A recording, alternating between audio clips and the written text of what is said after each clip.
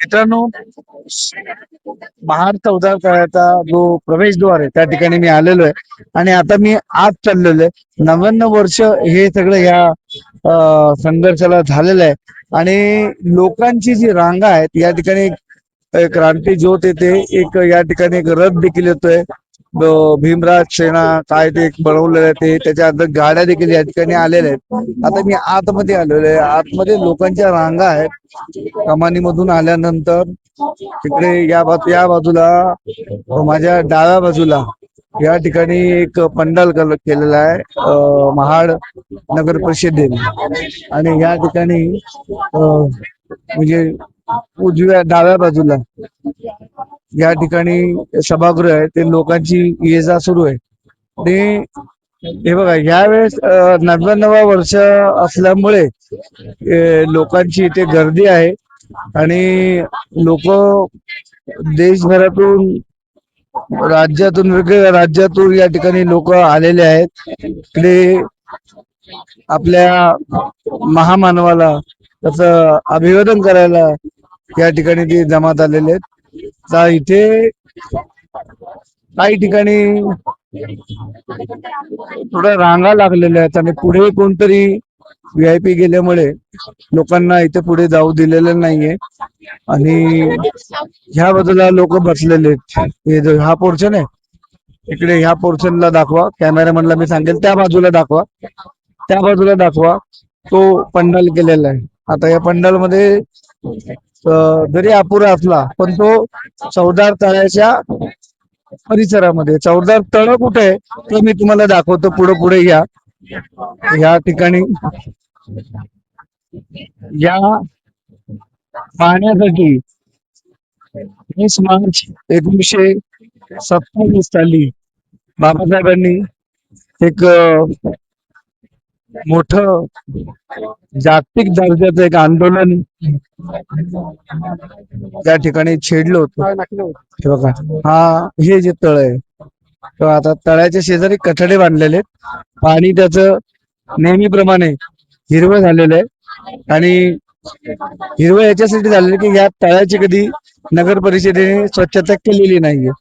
आता मध्यभागी बाबासाहेबांचा पूर्णाकृती पुतळा आहे, तो इथे स्थापित केला आणि त्याला अभिवादन करण्यासाठी लोकांच्या रांगा आहे.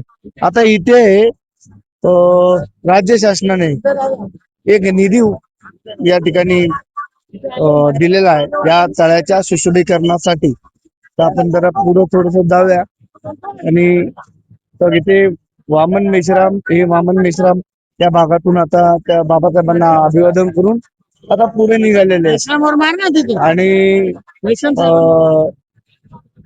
इकडे बघा, इकडे लोकांचा बघा, लोक येत आहेत, बाबासाहेबांना अभिवादन करतात.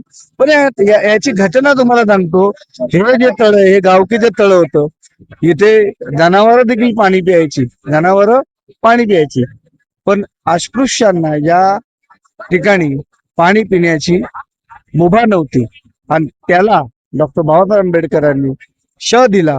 नुसते बाबासाहेब आंबेडकर या ठिकाणी नव्हते, त्यांच्यासोबत सवर्ण वर्गातील जे लोक होते ते देखील, म्हणजे या भागातले चित्रे असतील, टिपणीस असतील, अजून काही सवर्ण मंडळी, जोशी असतील, ही जी मंडळी बाबासाहेबांच्या खांद्याला खांदा लावून या आंदोलनामध्ये सक्रिय होती. आणि मग या ठिकाणी ज्यावेळेस हे बाबासाहेबांनी हे नियोजन केलं होतं आणि ज्यावेळेस इथे आले, तिथे दगडफेक, लाठीचार्ज झाला त्यांच्यावर, बाबासाहेबांवर, लोकांवर झाला. महाराष्ट्राच्या वेगवेगळ्या भागातून लोक मिळेल त्या साधनाने या ठिकाणी आली.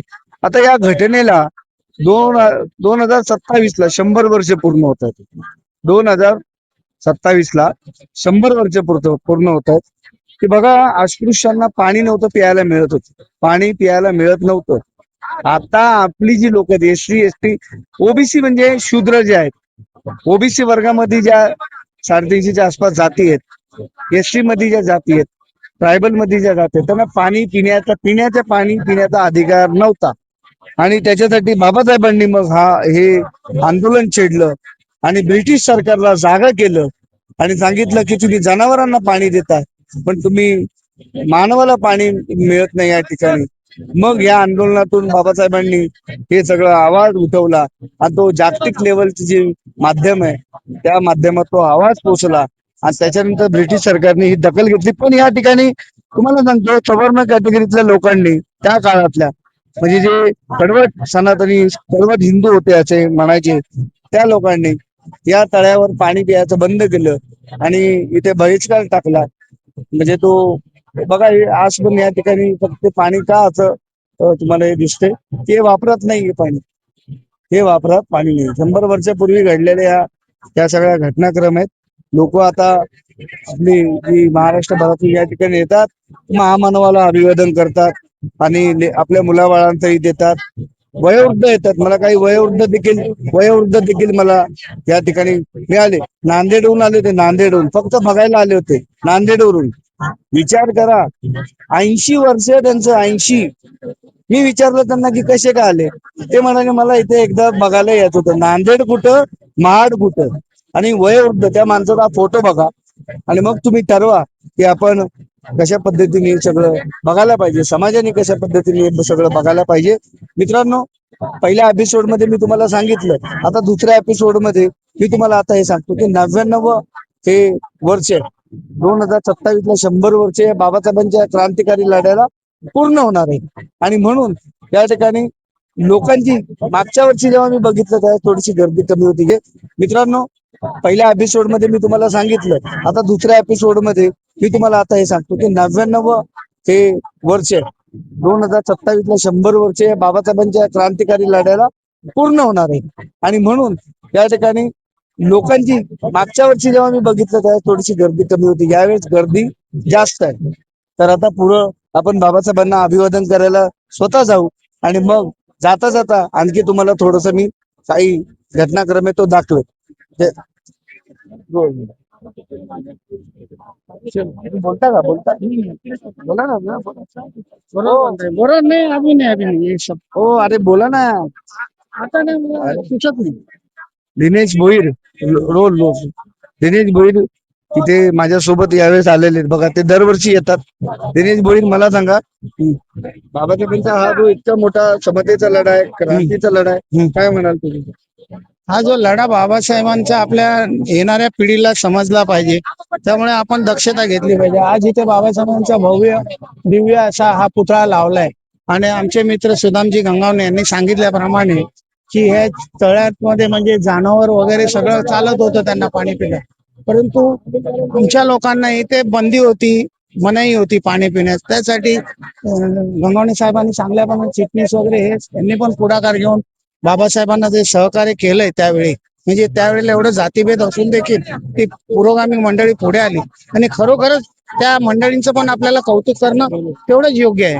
आणि त्यांनी ह्या ज्या बाबासाहेबांच्या लढ्यासाठी किंवा बाबासाहेबांना जे सहकार्य केलं त्यांचे पण आभार व्यक्त करणं तेवढंच गरजेचे आहे असे मला वाटतं. बरोबर ते एक 100 वर्षापूर्वी बघा इतकी जातीपातीचं सगळं हे शेड्यूल सगळं असताना त्या काळामध्ये ज्यांना वाटत होतं की हिंदू धर्मातील या रीतीभाती आहेत या कमी झाल्या पाहिजेत त्यातल्या वाईट चालीरीती आहेत या कमी झाल्या पाहिजेत. त्या काळातले जे रिफॉर्मर होते हिंदू धर्मातील प्रबोधनकार ठाकरे असतील कर्वे असतील अजून जी लोक आहेत ते त्यांना वाटलं की ही अस्पृश्यांबद्दलची जी भावना आहे ती कुठंतरी बंद व्हायला पाहिजे. वाईट प्रथा आहे त्या बंद व्हायला पाहिजे.